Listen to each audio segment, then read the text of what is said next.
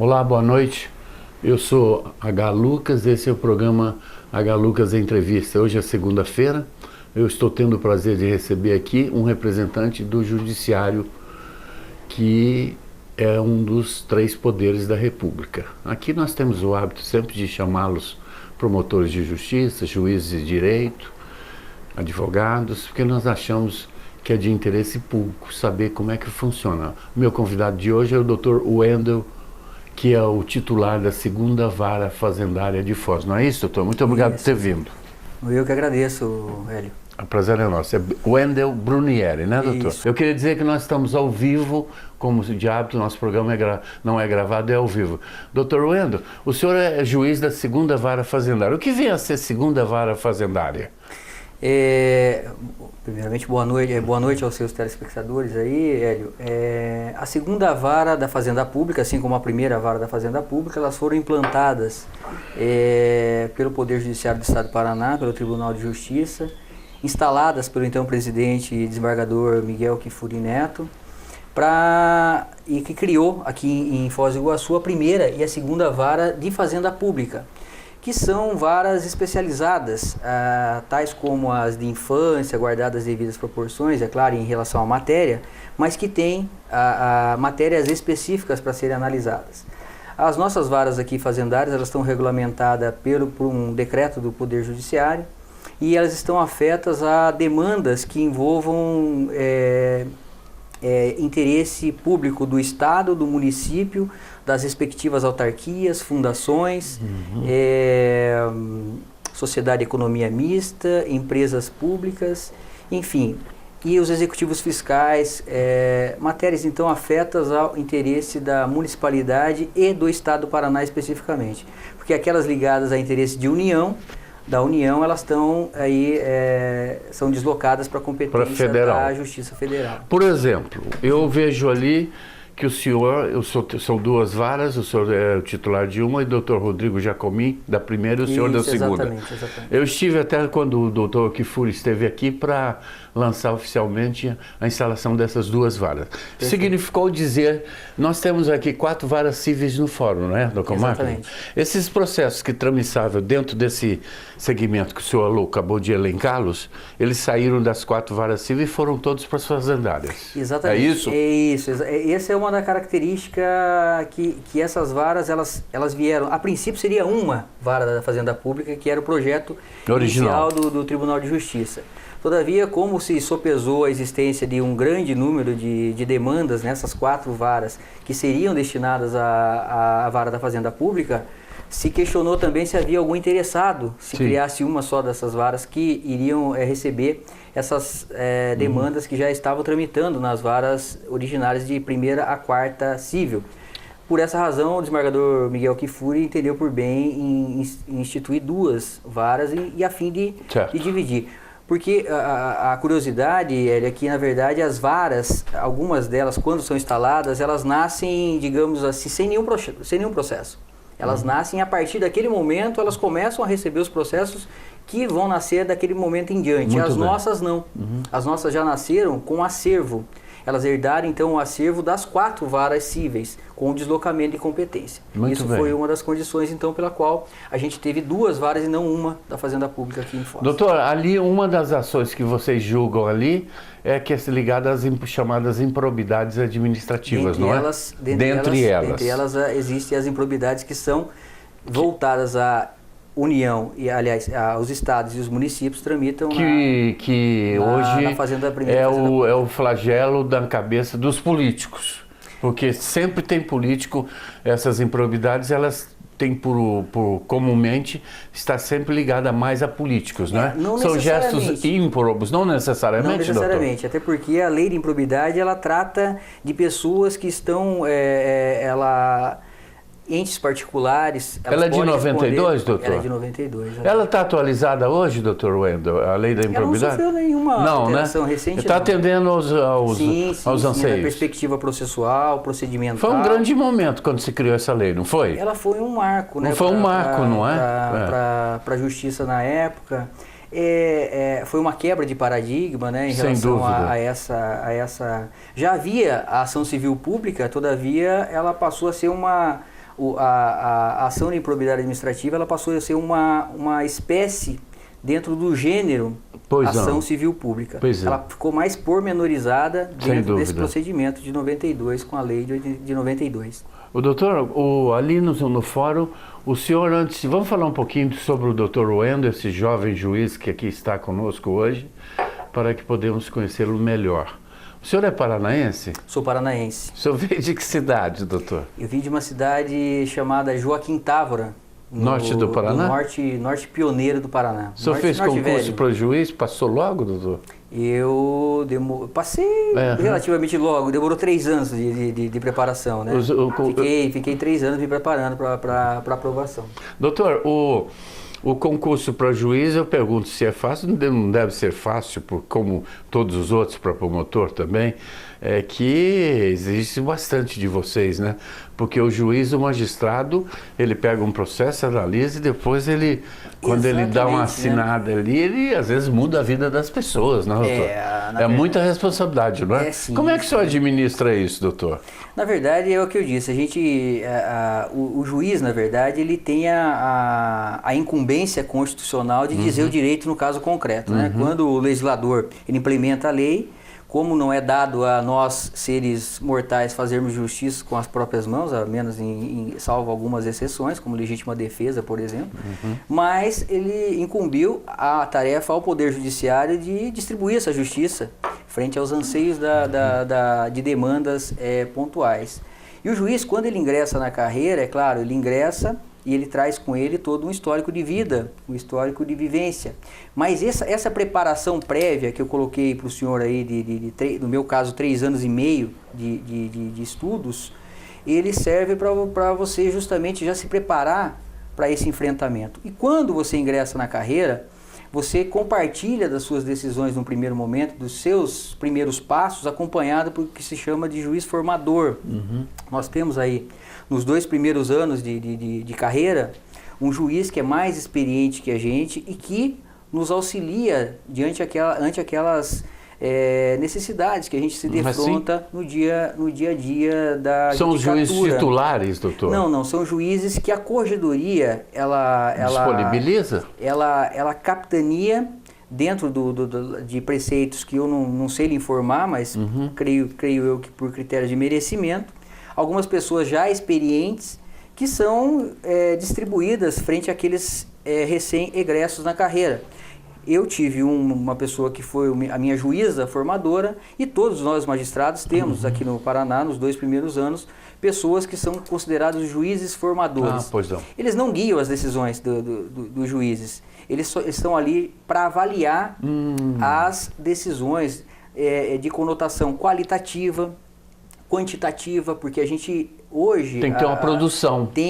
O judiciário hoje ele está muito calcado nessa ideia de quantidade, de celeridade, porque hoje se busca muita celeridade judicial. Sem dúvida. A partir, inclusive, de uma emenda constitucional, isso passou a ter assento constitucional, então se busca muito isso. E já antes dessa anotação constitucional, já se tratava disso através desses juízes formadores, que se busca a qualidade, porque às vezes o juiz entra lá e ele começa a fazer algumas decisões que não atendem, não o conteúdo, e sim a forma. A formatação da decisão ela não está correta. Pois não. E o juiz formador ele está ali justamente para te dar o norte, para dizer, olha, aqui você bem. tem que melhorar na fundamentação, alguma coisa desse Doutor, a criação do Conselho Nacional de Justiça também, eu quero crer, na minha opinião, foi um marco também no Judiciário do Brasil. Foi. O senhor concorda com essa assertiva? Na verdade, é o seguinte, o Conselho Nacional de Justiça, ele veio e trouxe com ele uma série de críticas, mas eu tenho que confessar que ele mudou a perspectiva de atuação do Poder Judiciário.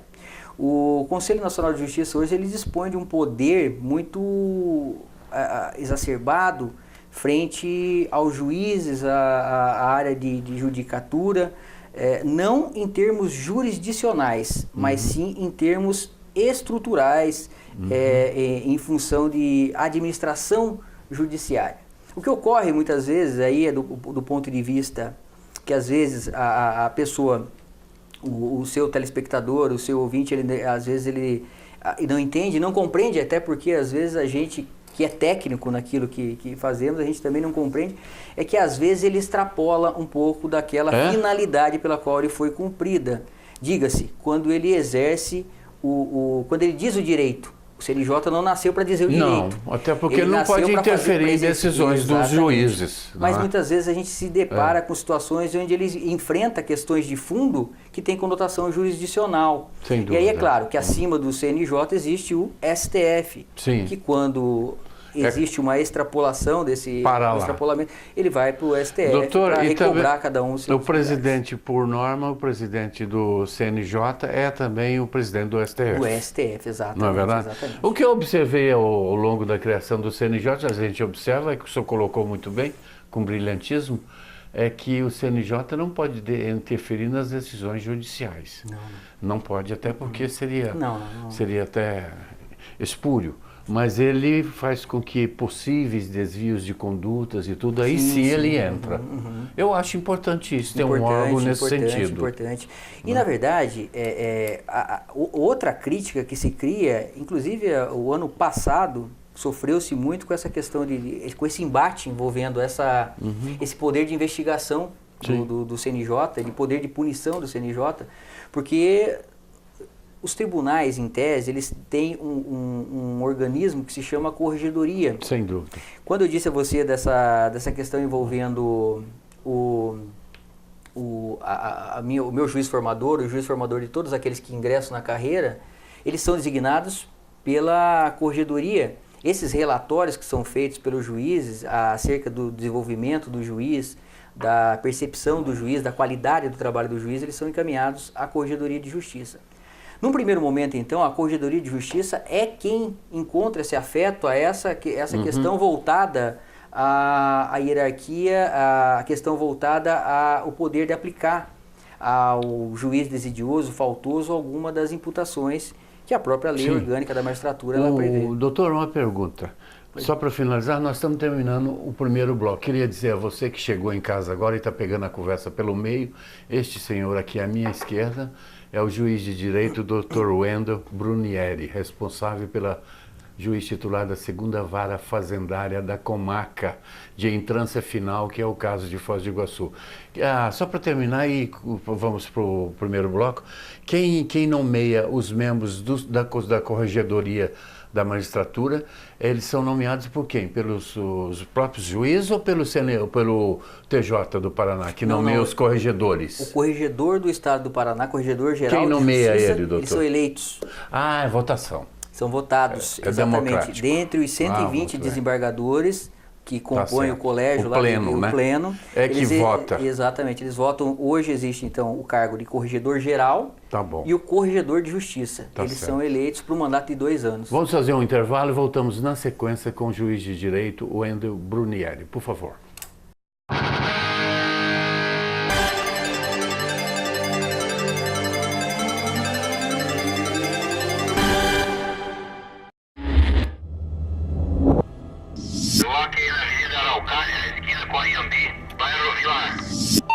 Positivo, qual a natureza? Queda de moto. QS, em deslocamento.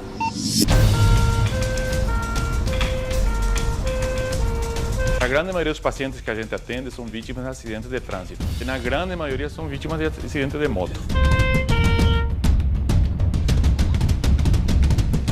Esses acidentes são eventualidades que poderiam ter sido evitadas, tendo uma postura mais defensiva dentro do trânsito.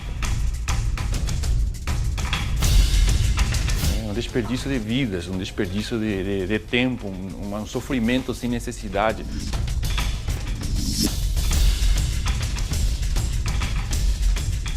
Nós médicos valorizamos, acima de tudo, a vida. Chega de imprudência.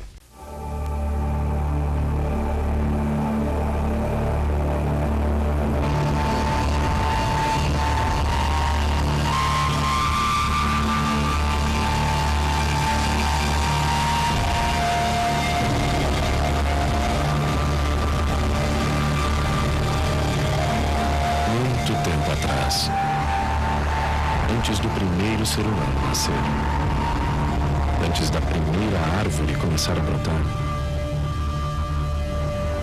sua vida começou.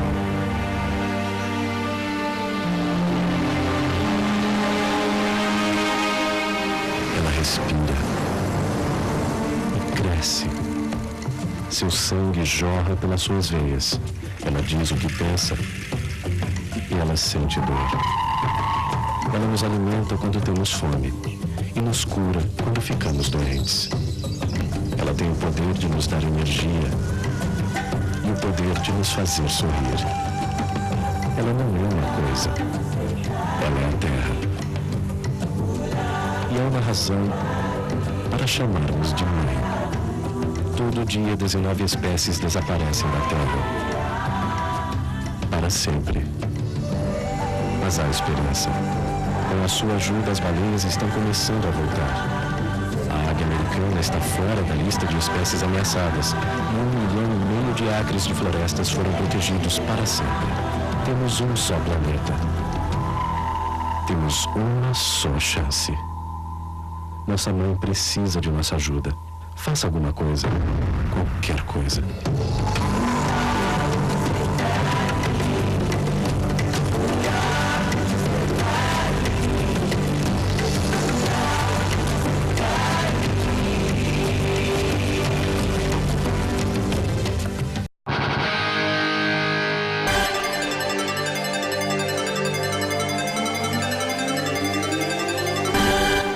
Estamos de volta aqui hoje recebendo, esse é o H. Lucas Entrevista, na segunda-feira.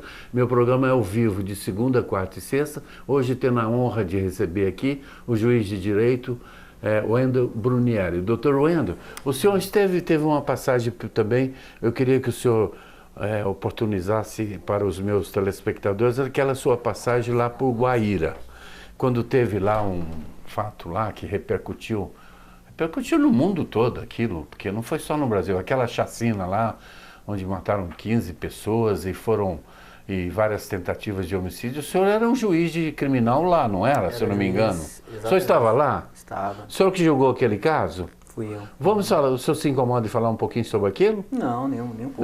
Porque foi um caso muito rumoroso, eu me lembro, não sei, já alguns anos passados, o senhor esteve lá.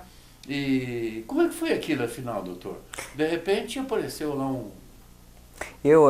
Guaíra, eu atuei por 4 anos e 3 meses lá como à frente da vara criminal, que lá é intermediária, então ela acumula criminal, infância, juventude e família. Lá só tem uma criminal, doutor? Só tem uma criminal, que ela acumula então E uma civil, que daí fica com marca de Guaíra. Em trânsito foi juiz intermediário. Criminal lá nesse período? Isso, que ano criminal, foi isso, infância e família. Tá, eu cheguei lá em 2008 e saí de lá em 2012. Tá, nesses 4 anos ocorreu aquela famosa ocorreu a chacina. O senhor julgou aquela chacina? Eu conduzi o julgamento dela, deu né? sentença. Fixei a pena, né? O senhor escreveu a sentença, naturalmente, baseado no que está nos autos. Doutor, afinal, o juiz dá a sentença no que está escrito nos autos ou é a consciência dele que determina a sentença? Não. Nesse caso específico... É uma boa pergunta. Nesse caso específico, e não só nesse, em qualquer outro dos casos, mas nesse caso, esse que a gente está casuisticamente falando, é o júri popular. Então o júri popular... Eles foram ao júri? Eles foram a júri. Certo. Mas no caso, eu acompanhei tudo porque desde o princípio... O júri? Isso, exatamente. Então, na verdade, o juiz fica distrito da fixação da pena. Para mim haveria latrocínio no caso. Não. Houve júris presidido pelo senhor. Isso, foi um tribunal do júri. Que os condenou. Os jurados condenam e o juiz fixa a pena. Eu não sei, mas pelo que eu lembro, foi uma das maiores penas do sistema judiciário brasileiro. Pois Passou de quantos anos, doutor? Pois foram 348 para cada um, né? Foi somando. Quantos réus tinham, doutor? Eram 3 réus. O que segundo ali, chegou-se à conclusão, aquela mortandade terrível foi provocada por quê, afinal, doutor? Mas são situações assim que é como você acabou de dizer aí, o juiz ele julga aquilo que está no processo. Até na verdade existe até um bordão que diz o que não está no processo não está no mundo. No mundo pro fato ser julgado. Mas ali existem várias versões acerca daquilo. É claro que nada justifica a brutalidade que aquilo representou, né? Foram 15 homicídios consumados, com 8 homicídios tentados. Foi realmente uma carnificina, né? Uma situação assim sem precedentes. Eu estive lá por ocasião dos acontecimentos, né, posterior a isso, e visualizei a cena pós-fato, assim, é uma coisa assim assustadora. Sem dúvida. De se saber, né, onde é que pode chegar o ímpeto do ser humano, né? E naquela ocasião, uma lástima, né, que toda a vida é uma lástima que se perca, né?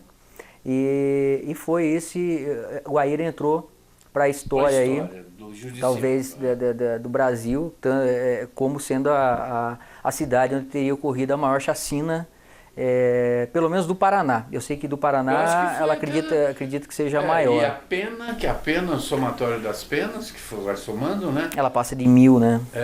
Foi muito alta, até porque só aplicou ali a lei. O caso ganhou uma repercussão. Isso, ganhou uma repercussão. Todo, né? E aqueles anjinhos estão na cadeia. Infelizmente. Eles estão na cadeia. Doutor, é importante frisar que apesar da pena ter passado lá de quase 1000 anos, é preciso frisar que ninguém no Brasil pode ficar mais do que 30 anos na cadeia. Exatamente. É assim que funciona? Isso, esse é o limite. Não pode? É o balizador, não pode. É o balizador 30 anos, que é o máximo que a pena... Quem tiver mais de 30 anos na cadeia é porque esqueceram lá. Provavelmente, provavelmente. Assim? O senhor sabe, é do conhecimento naturalmente do senhor, até de qualquer pessoa esclarecida, que tem muita gente na cadeia que não deveria estar mais. Pois aqui mesmo nós temos alguns casos aqui que já foram relatados, pessoas que são esquecidas no cárcere. É uma situação aí isso que ela existe, tem... né, doutor? Pois às vezes, é como você mesmo diz, às vezes a imprensa traz isso à tona. Sem dúvida. Há poucos dias aí eu vi uma reportagem envolvendo uma pessoa que já estaria... um senhorzinho já até, não sei em que estado aí, local, esquecido por... Saiu no G1.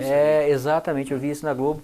E o interessante é que ele não queria sair de lá porque não tinha para onde ir. Porque veja só, o judiciário, ele aplica a pena, ele dá o direito ao caso concreto, né, ele faz a aplicação da pena. Essa pessoa entra no sistema penitenciário e esse sistema penitenciário é administrado pelo executivo. O executivo é quem incumbe cumprir a determinação do Poder Judiciário e aplicar aquela pena ali na medida que foi imposta pelo juiz. O juiz, a partir daí, ele vai acompanhar a execução da pena, da reprimenda aplicada, para fins de progressão de regime, para fins de substituição, regressão de regime àqueles que eventualmente venham a cometer alguma falta. Mas eu concordo com você que exista no Brasil uma situação um tanto quanto assustadora em relação à nossa realidade carcerária, a ponto até mesmo do nosso ministro da Justiça dizer que prefere morrer do que ir para uma cadeia, quando daquela situação do mensalão, né? Que ele teria dito alguma coisa nesse sentido, né? Eduardo Cardoso. Exatamente. E só quem trabalha, e eu acredito que você já tenha estado dentro lá em alguma das entrevistas, próximo aí ao sistema carcerário, não só de Foz do Iguaçu, mas de qualquer outra cidade. Em Guaíra, só para te dar uma noção do que era Guaíra, Hélio, a população carcerária de Guaíra, nos 4 anos e pouco que eu fiquei lá, nunca diminuiu de 260 presos. Sabe qual a capacidade que eu tinha que abastecer o CNJ todo mês com essas informações? Capacidade menos de 100. 47. 47 a capacidade da lotação máxima e eu trabalhava com um público de 270, 260. Era a população. A população carcerária. E o CNJ, claro, ciente de tudo isso, porque eu abastecia isso mensalmente com as informações com essa vistoria. Doutor, que e trocando em miúdos, o senhor como juiz de direito foi juiz criminal, hoje é juiz de civil, mas queria saber do senhor, afinal, o sistema carcerário praticado no Brasil, via de regra, está falido. Ele está precisando passar por uma crise de gestão, vamos dizer assim, né? Ele tem que sofrer uma crise de gestão. Como é que seria começar a solucionar isso aí, doutor? Que caminho seria? Existem vários caminhos aí, na verdade. A primeira delas é cumprir o que a lei determina. Essa lei não está meio ultrapassada? Não. É que ela não está ultrapassada porque ela nunca foi cumprida, se formos assim analisar ela a ferro e fogo. Ela diz que Um preso deve ficar numa cela, às vezes separado, sozinho. Porque veja só, qual é o sentido da aplicação da pena? A pena, como sentido de prioridade dela, o sentido naturalístico e finalístico da pena é o que? A ressocialização. Sim, é buscar a ressocialização, porque aquela pessoa, naquele momento, ela praticou um fato em que ela tem que ser deslocada da sociedade em que ela vive, para que ela possa passar por um sistema de ressocialização para aí ser devolvida a essa sociedade. O problema é que ela não tem essa ressocialização. Não. Por um problema que não é do judiciário, é um problema que hoje eu vejo ligado ao executivo, porque é o executivo que gerencia essa Secretaria de Justiça. Quando eu não forneço vaga para colocar presos, eu estou descumprindo uma ordem do Poder Judiciário e eu estou... Isso é importante para saber até que o juiz... Ele não acompanha essa situação da aplicação da pena, ele não tem como determinar que se faça algo, porque isso entra daí na questão orçamentária do Estado, o que é prioridade para o Estado, o que não é prioridade para o Estado, e tudo isso, essa questão carcerária, ela tem que sofrer uma crise um choque de gestão, penso eu, por parte do Executivo, que deveria, aí, a partir daí, assumir esse papel e tangenciar para que seja efetivamente cumprida a lei. Aqui no Paraná, me parece que o governador ele transferiu essa incumbência à SEJU, né, que é a Secretaria de Justiça, que hoje é exatamente muito competente, a doutora Maria Tereza, muito competente, já tive algum contato com ela. Está fazendo um bom trabalho. Olha, ela é uma pessoa que ela é a pessoa ideal para realizar esse trabalho. Aqui, doutor, eu queria até frisar aqui, está acontecendo uma coisa aqui no município, uma coisa aparentemente silenciosa, porque a nossa imprensa aqui é muito incipiente, às vezes não dá conta das demandas. Eu queria ressaltar aqui, sem querer fazer propaganda para ninguém, mas a atual secretária de Ação Social, que vem a ser esposa do prefeito Reni Pereira, a Cláudia Pereira, ela está tocando um projeto muito importante que chama o patronato. O que ela faz? Ela e as pessoas que o cercam criaram uma estrutura, doutor, para pegar o egresso quando sai da cadeia e levá-lo num local onde ele possa desenvolver uma atividade profissional. É remunerado para isso, né? Tem aí os canteiros, o Florir Foz e outros lá na Unila, eles vão trabalhar. Isso é que ótimo. Não tem uma coisa melhor para o cidadão que sai da cadeia. Claro. Quando ele sai da cadeia, ele sai tipo bicho do mato, né? Porque o ex-preso ele carrega um estigma na testa muito grande, né? Claro. As pessoas não querem dar emprego e tudo. E está acontecendo no município esse programa do patronato. Eu quero parabenizar a secretária. Vamos fazer mais um intervalo e voltamos na sequência com o juiz de direito Wendel, aqui da 2ª Vara Fazendária. Por favor.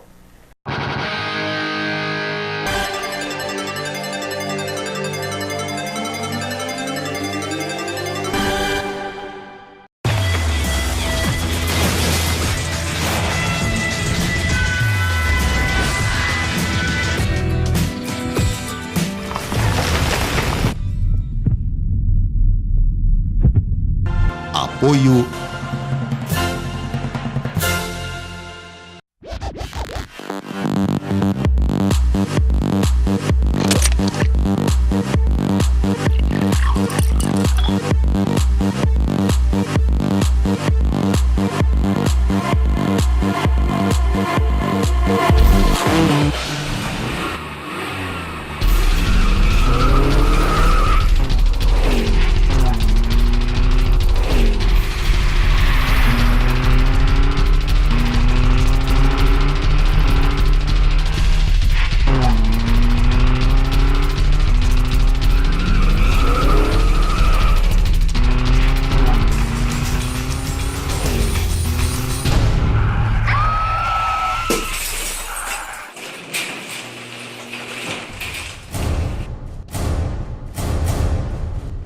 Chega de imprudência. Semana Municipal de Trânsito. Cidade Unida, salvando vidas. Gripe A. O melhor remédio é a informação. Evite aglomerações, lugares fechados e contato físico com outras pessoas. Lave bem as mãos várias vezes por dia. Use álcool em gel para limpar as mãos e objetos. Ao tossir ou espirrar, cubra a boca e o nariz com um lenço descartável. Não compartilhe objetos com outras pessoas. E em caso de dúvidas, procure um posto médico.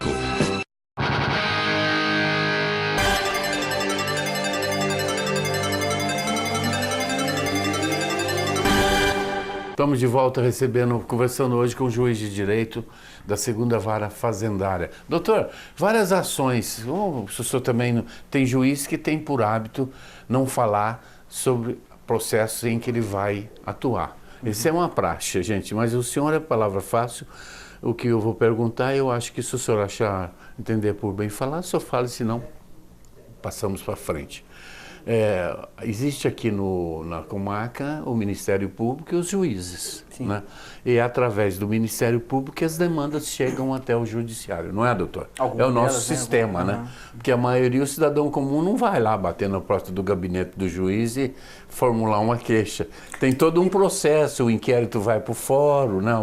O promotor analisa, se ele achar pertinente, ele oferece a denúncia ou não, e o senhor, por sua vez, acata ou não a denúncia. Não é assim, doutor? Depende da matéria, né? A matéria, na verdade, em tese, a matéria que orça sobre improbidades funciona mais ou menos assim, né? Sim.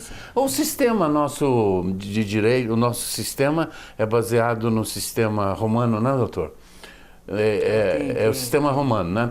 Então o juiz acata ou não. É uma prerrogativa que vocês têm. E se você não acata, o promotor também tem uma prerrogativa de recorrer para as outras instâncias, né? O senhor acha que do jeito que está colocado no país, nós temos aqui a primeira instância, temos a segunda, que é o TJ no Paraná, temos também uma terceira, que é o STJ em Brasília, e quando a matéria é constitucional, vai para o Supremo, não é assim? É assim, doutor? Existe uma parcela de pessoas que advogam que teria que... Uma delas, inclusive, é muito conhecida, a Helena Calmon, que foi corregedora do CNJ. Ela advoga que não precisa tantos tribunais. E esses recursos, eles vão indo e fazem com que as demandas demorem demais. Só vê aí processo, às vezes, que o cidadão morreu e não conheceu o resultado da sua demanda. É comum isso, às vezes uma sentença de primeira instância, até pouco tempo aqui no Fórum da Comarca, dependendo do processo, que varia muito, né? Mas se depender muita gente, levava 8, 10, 12 anos em primeira, para sair a primeira sentença. O senhor acharia que diminuir esses recursos seria salutar? Ou tem, do jeito que tá bom? Não, veja só, primeiro eu vejo que você sabe bastante de direito, né? Sabe inclusive das competências dos tribunais superior e Supremo Tribunal Federal. Mas, Hélio, é o seguinte, no começo ali, quando você disse da situação que é uma prerrogativa, né, que é uma prerrogativa do Ministério Público, prerrogativa do juiz de... Aceitar ou não. Na verdade, é uma prerrogativa do cidadão. É aquela a situação de prerrogativas que dá a independência para o Poder Judiciário, para ele atuar de a forma que ele entenda que seja a mais pertinente frente ao caso que é estampado dentro do processo dele. Isso é uma garantia do cidadão. Perfeito. Né? Não é uma garantia do juiz. O juiz ali, ele está ali para dizer o direito ao caso concreto, mas a prerrogativa que a Constituição confere a ele, ela está ligada ao interesse da própria Constituição enquanto instituição que formata o Judiciário como um órgão, um poder independente dos outros poderes. Em relação a teu questionamento envolvendo essa debandada esse número exacerbado de recursos, é claro que eu, enquanto juiz, enquanto cidadão, agora não como juiz e como cidadão, eu não vejo isso com bons olhos. Eu acho que, na verdade, deve-se buscar, na medida do possível, uma forma de se abreviar essa sentença definitiva, esse pronunciamento judicial definitivo, a fim de atender aos anseios de toda a sociedade.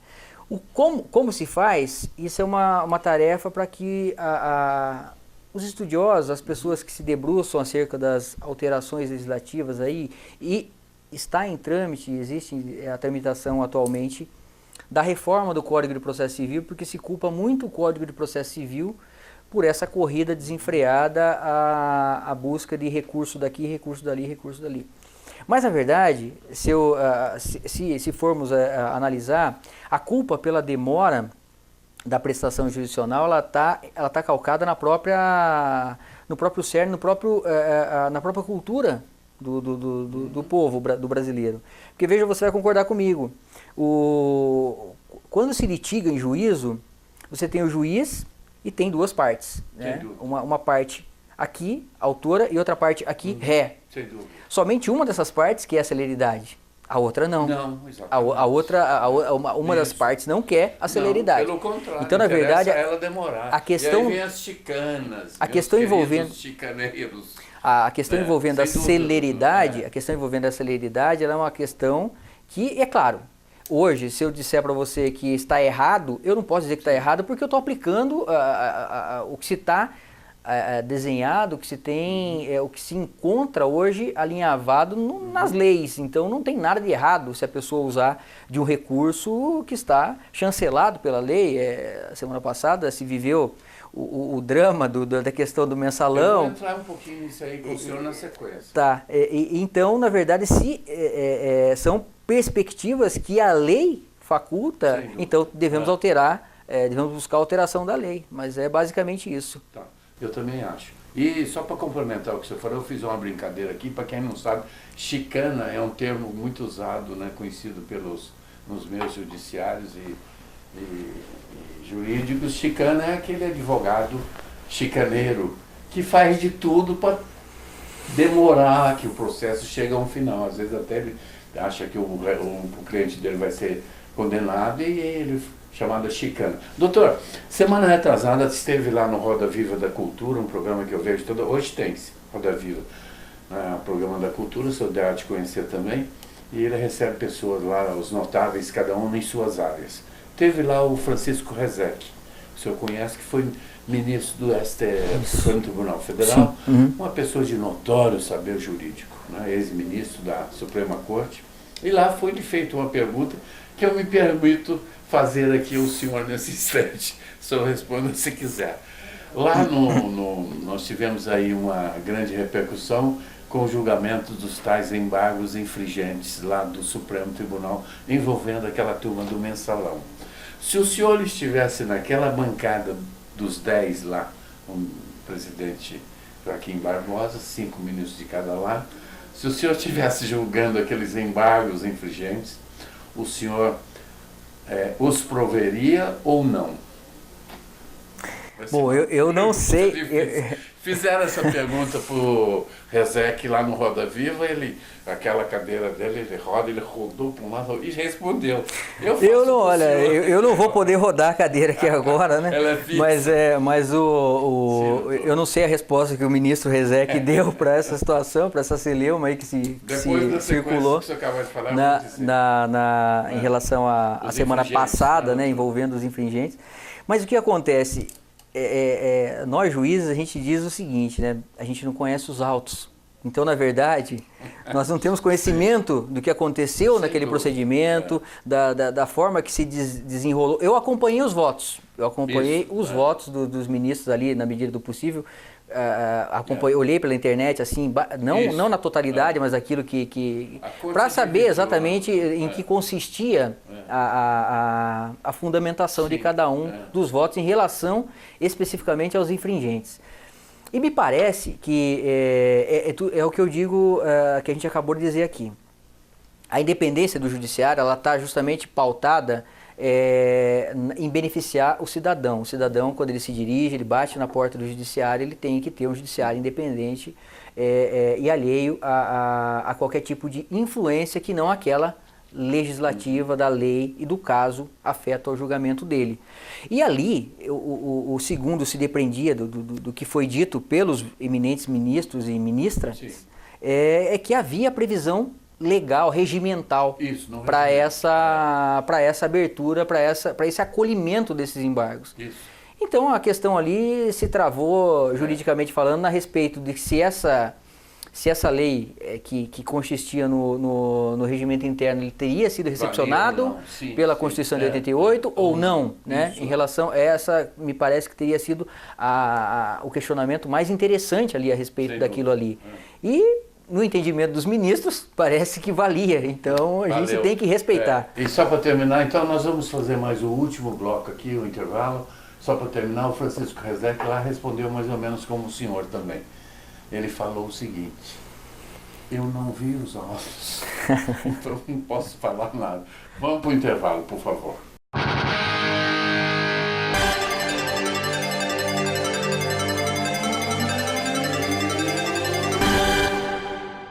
A dengue nem sempre se manifesta da mesma maneira. A dengue clássica dura de 5 a 7 dias e tem como sintomas febre alta, perda de apetite, enjoos, manchas na pele, cansaço e dores no corpo. Já a dengue hemorrágica é mais perigosa, pode provocar sangramento pelo nariz, dores abdominais, vômitos persistentes, sede excessiva e dificuldade respiratória. A dengue hemorrágica pode levar à morte se não tratada com rapidez. Combater a dengue é responsabilidade de todos nós.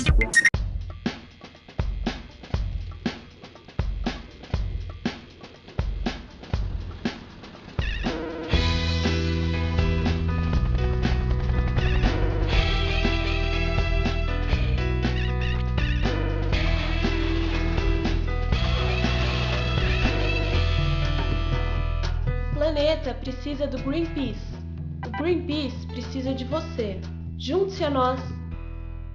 Voltando aqui, conversando com o juiz de direito da segunda vara fazendária de Foz. Doutor, o senhor julgou esses dias agora, recentemente, o senhor lá deu um parecer sobre algumas denúncias oriundas da promotoria do patrimônio público, que cuida da verba pública, né? Que é uma promotoria muito atuante, porque ela abrange vários segmentos, que tem na sua titularidade um promotor muito ativo, que é o Dr. Marcos Cristiano Andrade, que já esteve sentado conosco aqui. E ele vem fazendo o seu trabalho, que ele acha certo, e por outro lado o senhor faz o seu também, que acha certo. Isso é o bonito da democracia. Né? Claro. Muito bem, ele lá vem denunciando os senhores vereadores, alguns da legislatura passada, outros da atual, sobre aquela questão dos assessores, não é? Existe um julgado no Supremo Tribunal Federal, um acórdão, onde se entendeu que os cargos comissionados das câmaras legislativas de todo o país não pode ser superior ao dos cargos concursados. E daí nasceu uma discussão, saiu o acórdão, reiterando essa assertiva de que comissionado não pode ser superior ao... Até para não desestimular o concurso público, né, nas câmaras. E ele vem oferecendo denúncias sobre os assessores que estariam em desvio de função. Vamos ressaltar só para que você entenda o que nós estamos tratando, que nos assiste, cada vereador tem direito, criam uma lei, é legal ali, a 4 assessores. E esses assessores assessoram o vereador nas suas várias atividades, não é? E o promotor acha que alguns estariam em desvio de função e faz ele escreve a denúncia e encaminha lá, é sorteado, ou vai para a primeira ou para a segunda. As que têm ido para o senhor tem deferido o pedido dele, e também, por acaso, o doutor Jacomin também tem também deferido alguns casos. O senhor lembra desses casos, doutor? Dos assessores? Lembro. Por que o senhor está indeferindo? Vagamente. O senhor acha que ali está tudo certo? Não, Como é que é isso, Aí doutor? é que é a questão. Eu disse que eu ia falar tudo que eu pudesse falar. Sem dúvida. E em relação a isso, de casos específicos aí, que eu julguei, eu já não posso me dirigir a eles. Que ele está recorrendo. Em casos pontuais, em relação a isso, aí eu já não posso... Deixamos quieto, então. Porque, na verdade, assim, eu tenho hoje lá, Hélio, 13 mil demandas. 13 mil? 13 mil processos? Exatamente. Na sua vara? Na minha vara. Mas é muita coisa. É muita coisa. E assim, é claro que um ou outro, mas nesse caso específico, nesse assunto específico, especial, se eu falasse para você, eu estaria, primeiro, cometendo uma falta... talvez funcional, porque existe uma vedação na LOMAN que me impede de falar alguma coisa em relação a um caso que está sendo julgado, mas a sentença é pública, sem então, dúvida. na verdade, se ela está lá... Eu comentei a sentença, né? Na verdade. Não, ela pode ser aquilatada e ser abstraída lá por... É pública, né, doutor? Ela é lançada publicamente, não tem problema nenhum. Agora, mas por em que relação que ao fato eu não posso falar. Sem dúvida, passamos à frente. O senhor acha, vamos voltar lá para Brasília, aproveitar os seus grandes conhecimentos conhecimento. O senhor é um juiz que a gente que nota que... Não, o senhor é um juiz que tem conhecimento de causa. O senhor é professor, eu sei que o senhor tem mestrado. O senhor ensina direito também numa das faculdades locais. Sim. O senhor é mestre? Sou mestre. Fez mestrado. Daqui a pouco vai fazer doutorado, pós-doutorado e vai lá. Vamos. O senhor é jovem.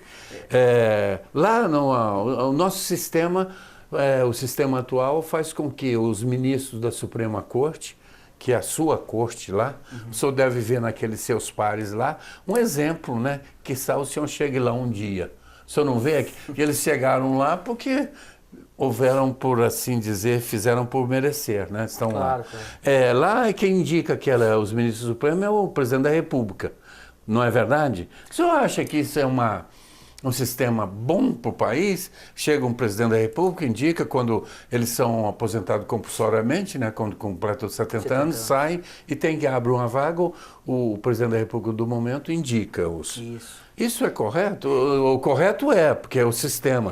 Mas o senhor acha que é salutar esse sistema?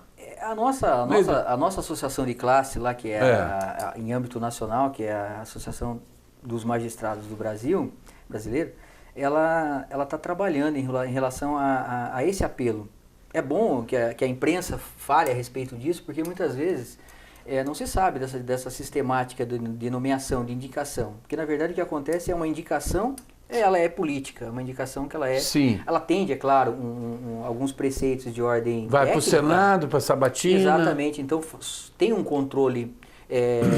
digamos assim, de freios e contrapesos ali, que vai para o Senado para fazer essa sabatina, e o Senado, em tese, poderia barrar. Mas nunca barrou na história da República. Inclusive, tem a situação mais peculiar em relação a isso, foi a situação envolvendo salvo engano, Barata Ribeiro. Sim, lá atrás. Que era... Também, salvo engano, não me recordo, mas parece que era médico. Sim. E foi indicado para o Supremo Tribunal Federal. E não tinha conhecimento jurídico. E ele é que não quis. Na verdade, temos essa história, sim. Mas é o quê? Porque, na verdade, se diz de notável saber jurídico. Não se diz que tenha que ser, que deva ser alguém que se pressupõe, claro, que alguém que seja notável em saber jurídico e tenha cursado, no mínimo, uma instituição de ensino jurídico. Mas, é claro, é um critério que ele é político, que passa por um controle do Senado. Sim. E a partir daí essa pessoa está credenciada a tomar assento lá no Supremo Tribunal. Isso é correto? É correto. É o sistema vigente, é o sistema vigente. Que a gente vivencia hoje, do ponto de vista da nossa Carta da República. Se é o mais indicado, aí já é outra... E a sua associação, ela trabalha no sentido de mudar isso? No sentido de modificar. Então, significa que... A nossa associação, na verdade, ela reclama uma presença mais incisiva não no próprio controle, na verdade, ele teria que mudar o critério, aliás, de escolha, que pelo menos recaísse em um determinado percentual a juízes de carreira. Porque, na verdade, são pessoas que vão exercer o mais alto grau da justiça. Seria um colegiado que poderia votar. Na verdade, os que seriam indicados, eles deveriam vir da magistratura. Perfeitamente. Pelo menos um percentual deles. Sim. E não aqueles que eu posso escolher a meu bel prazer. Muito bem. E seria um primeiro momento, a ação da AMB em relação a isso, de reclamar mais a presença de juízes. Veja que a gente não tem nenhum paranaense no Supremo Tribunal Federal, e cada cadeira que vaga lá, a gente... Tenta emplacar alguém do Paraná. Exato. Na verdade, aquilo ali são 11 ministros, mas na verdade são 11 representatividades também ali. E é claro que se tivermos um ministro do Paraná, para nós muito, sem dúvida, é motivo de orgulho.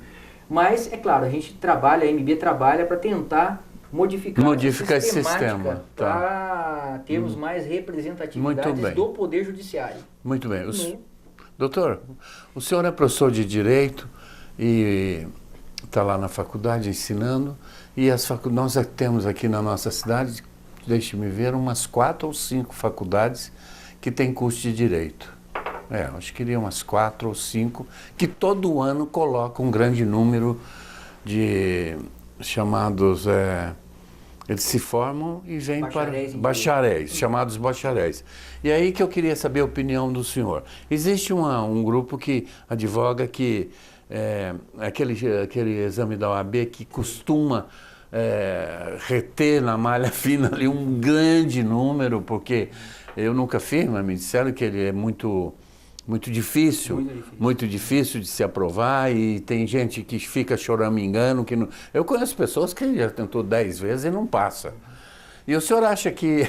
Tem gente que acha que esse exame deveria ser abolido e outra facção que acha que ele tem que ser mantido. O que o senhor acha? Eu sinceramente, eu nunca parei para pensar na sistemática do exame da OAB. De ser ou não favorável ao exame da OAB.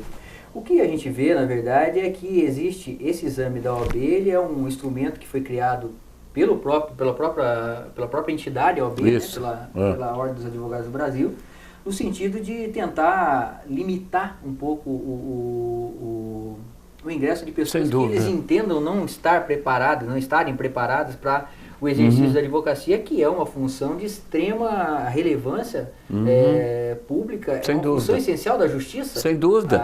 O exercício da advocacia. Chamado operador do direito. Operador do direito, todos os reclames, na verdade, passa por ele. Chegam, na sua grande maioria, todos, eu estou dizendo no sentido generalizado, mas quase que todos chegam através do advogado, que é aquele que detém a personalidade jurídica, a capacidade postulatória para entrar e litigar no meu, no seu e no nosso nome. Nós não possuímos isso, e sim aqueles que estão inscritos na Ordem do Advogado do Brasil. Me parece que veio mais criou-se isso daí, porque antes de 1997 não havia o que existe hoje dessa exame nacional da Ordem dos Advogados do Brasil. Existia sim o exame da Ordem, mas era um exame da Ordem que era canalizado dentro da própria instituição. Mas por quê? Porque naquela ocasião, no Paraná, eu me formei em 1997. Pois não. Em 1997 haviam 11 faculdades de Direito no estado do Paraná todo. Muito pouco. Então veja, você está dizendo para mim que hoje aqui em Foz tem 5. Eu diria 4 ou 5 que criam profissionais do direito. Naquela ocasião, era uma coisa natural a pessoa se formar em direito e exercer no primeiro momento a advocacia, e depois, se quisesse aí, se sentir mais afinidade com uma outra área, galgar essa outra carreira, porque o direito ele te dá essa perspectiva. Todavia, com esse número exacerbado de faculdades de direito, a OAB me parece que criou esse instrumento para tentar, e eu digo hoje isso porque conheço, porque sou professor e tenho contato com as provas da OAB, são concursos públicos hoje o ingresso da advocacia. Conheço, assim como você também, pessoas que reprovaram várias vezes, várias e várias vezes, e isso, na verdade, mostra que é um concurso para você ingressar. Meu pai dizia, meu pai que é advogado também, ele dizia que quem se forma em direito pode ser juiz, pode ser promotor, pode ser delegado e até advogado. Não, mas eu concordo com o senhor foi muito feliz. Eu acho também, dada a importância da função do advogado, é preciso sim ter um exame rigoroso. Pois até para que não se crie, né, É preciso sim um exame rigoroso em tese, porque é preciso que quando ele termina o curso, né, recebe o seu diploma, isso não quer dizer que ele vai para os tribunais advogar, preciso passar por uma, né? Tem que ter porque a coisa é muito séria, né, doutor? Exatamente. A justiça, de uma certa forma, acaba interferindo. Eu sempre digo que a justiça acaba interferindo de uma forma boa ou não muito boa na vida do cidadão. Claro. Não é? Quando o cidadão torna-se um réu ou ele vai demandar, aquilo é uma coisa muito séria. Muito séria. E ele vai se fazer valer sem de um dúvida. advogado que vai trabalhar a favor dele, né? E existem advogados e advogados, né? Doutor, eu queria dizer para o senhor que chegamos ao final. Eu me senti muito contente aqui em recebê-lo. Quero crer que os nossos telespectadores também tenham tirado proveito da nossa conversa aqui. E o senhor esteja à vontade para as suas palavras finais.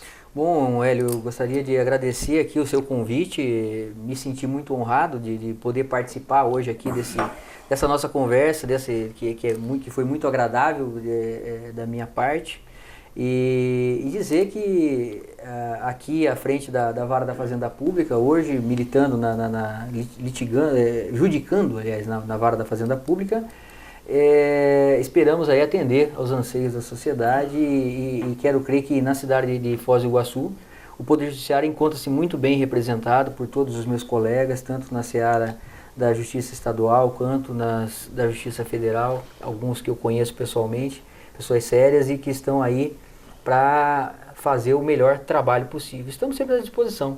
Eu que agradeço o senhor e quarta-feira, 18h30, como diabo, estaremos de volta aqui com uma pessoa da cidade conversando conosco. Tenham todos uma boa noite.